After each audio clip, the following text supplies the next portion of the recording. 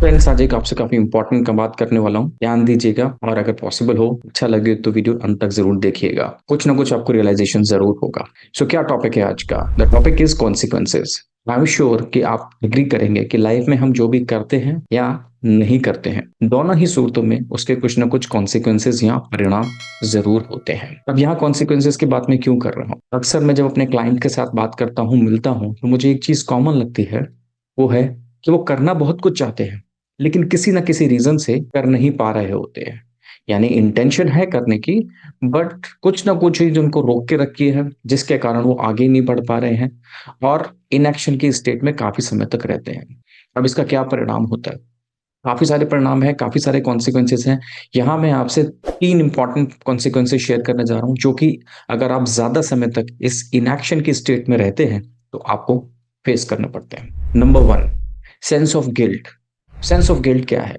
कि जब हम किसी एक स्टेट में इतने समय तक बने रहते हैं, मैं कुछ काम करना चाहता हूँ, रात में डिसाइड करता हूँ कि मुझे उठ के सुबह अपनी हेल्थ के लिए कुछ करना है, वो वॉकिंग करनी है, जॉगिंग करनी है या से जिम जाना है, बट जब मैं सुबह उस स्टेट में पहुंचा तो मैं वो कर नहीं पाया।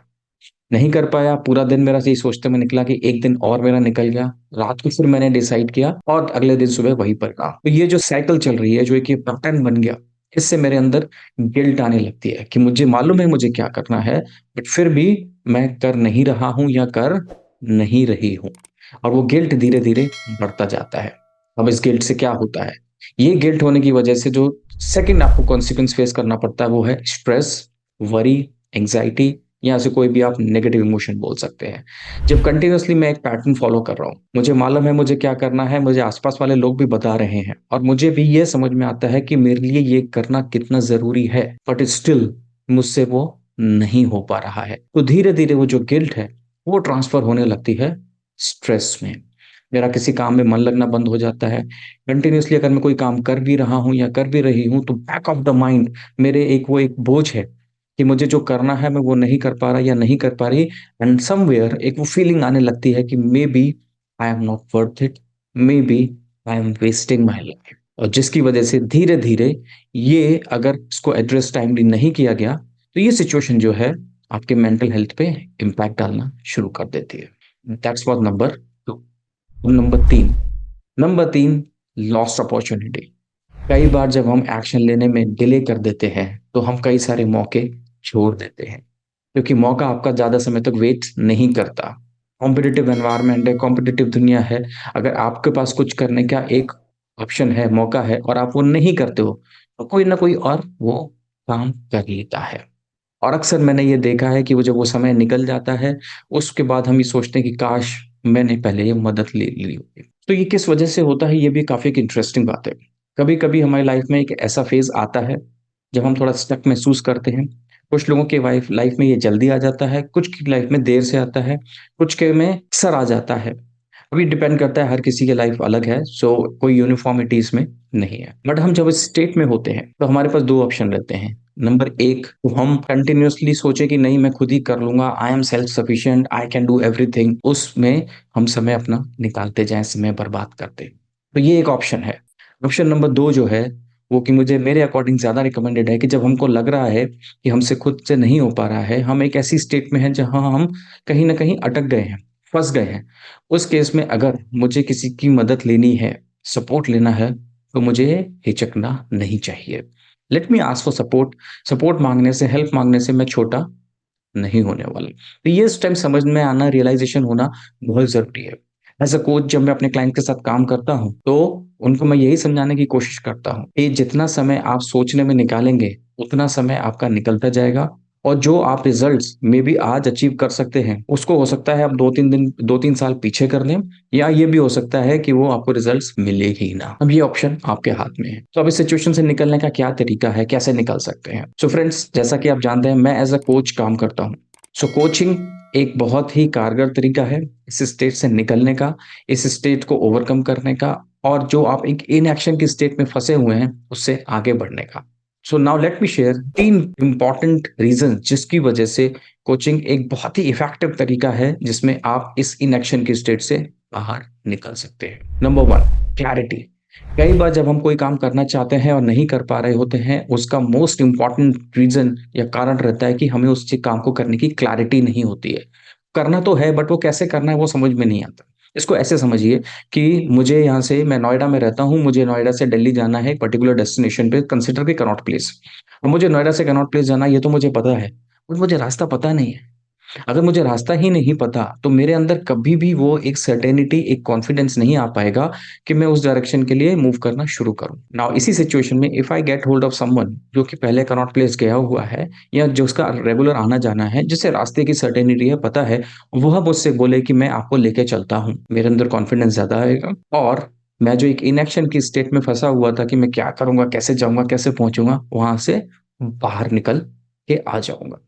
तो नंबर 1 तरीका है क्लैरिटी। तो कोच जब आपके साथ काम करता है तो आपको यही एडवांटेज मिलता है, आपको क्लैरिटी मिलती है कि क्या करना है, कैसे करना है, क्योंकि कोच के पास मेथोडोलॉजी रहती है, फ्रेमवर्क रहता है, एक्सपीरियंस रहता है जिससे कि वो आपको गाइड कर सकता है। So that's number 1। Number 2 accountability. जब आप किसी कोच के साथ काम करते हैं, तो वो आपको अकाउंटेबल रखता है। अकाउंटेबिलिटी का मतलब क्या हो? जवाबदेही। आप जब अपने ओन में रहते हैं, आप सोचते तो हैं करेंगे, बट आप जब नहीं करते तो आपसे पूछने वाला कौन है? मैं सुबह सोचा कि मैं उठ के वॉक के लिए जाऊँगा या जिम के लिए जाऊँगी, बट सुबह उठ के आपने नहीं किया कि कौन आपसे पूछने वाला है? कोई नहीं। सो आप ये प्रॉमिस किससे कर रहे हो? आप ये प्रॉमिस भी खुद से कर रहे हो और तोड़ भी खुद से रहे हो। There is no other one person involved. अब we human beings are very image conscious. तो जब हम किसी और के साथ कमिटमेंट करते हैं, प्रॉमिस करते हैं, तो हमारी इमेज स्टेक पे होती है। हमें थोड़ा-सा जिसको बोलते हैं ना शर्म आती है कि हम रोज़-रोज़ किसी को कमिट कर रहे हैं और नहीं कर रहे हैं और फिर हम स्टार्ट कर देते हैं एक्शन लेना।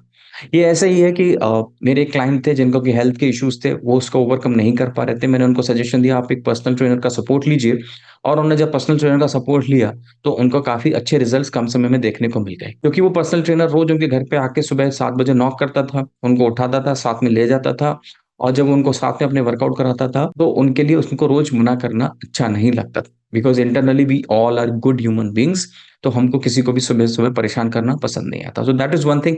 एंड सेकंड ऑफ कोर्स जब आप किसी कोच के साथ, ट्रेनर के साथ काम करते हैं, तो आप पैसे देते हैं। There is some value exchange which is happening. And जब वैल्यू एक्सचेंज होता है, व्हेन यू पे समवन, आपका कमिटमेंट लेवल भी ज़्यादा रहता है। सो अकाउंटेबिलिटी जो है, वो दूसरा रीज़न है जिसकी वजह से कोचिंग आपके लिए काफ़ी इफेक्टिवली काम करती है।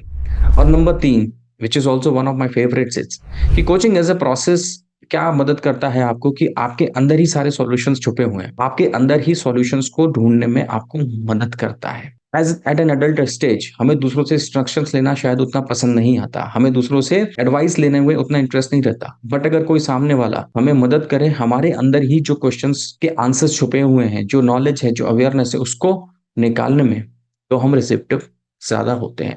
और इसीलिए कोचिंग किसी और मेथोडोलॉजी के कंपैरिजन में ज़्यादा इफेक्टिव करती है काम, specially for the people who are experienced, who have gone through the life and who know, जिन्होंने कुछ ना कुछ अपने लाइफ में अपने सीखा है। So these are the 3 reasons. 1 it helps you in getting clarity, number 2 it helps you in get keeping accountable, and number 3 it helps you in finding the answers within yourself. Now it is up to you कि आप coaching as a process का फायदा उठाएं, इस पे काम करें, अपना समय बचाएं। ऑफ कोर्स इसमें कुछ ना कुछ आपका वैल्यू एक्सचेंज होगा in form of money, but then you have to realise कि अगर आप ये करते हैं तो इसके क्या कॉन्सिक्वेंसेस होंगे और अगर नहीं करते उसके क्या कॉन्सिक्वेंसेस होने वाले हैं। And that should be your guiding light. I hope ये वीडियो आपको पसंद आया। अगर पसंद आया तो ज़रूर शेयर कीजिए कमेंट्स में। अगर आपको लगता है कि कुछ और बेहतर हो सकता है, तो I would appreciate your feedback. Feel free comments में आप अपना फीडबैक दीजिए कि क्या किस तरीके से हम इसको और बेहतर बना सकते हैं। कोई टॉपिक आप चाहते हैं कि मैं कवर करूँ इस तरीके के वीडियोज़ में, तो वो भी आप शेयर कीजिए। I would be more than happy to do so. और अभी तक अगर चैनल सब्सक्राइब नहीं किया, तो कर लीजिए। I would love to connect with you and I would be happy to serve you in the best possible way. Thank you very much. This is Lalit Hundlani signing out till we meet next time. Bye.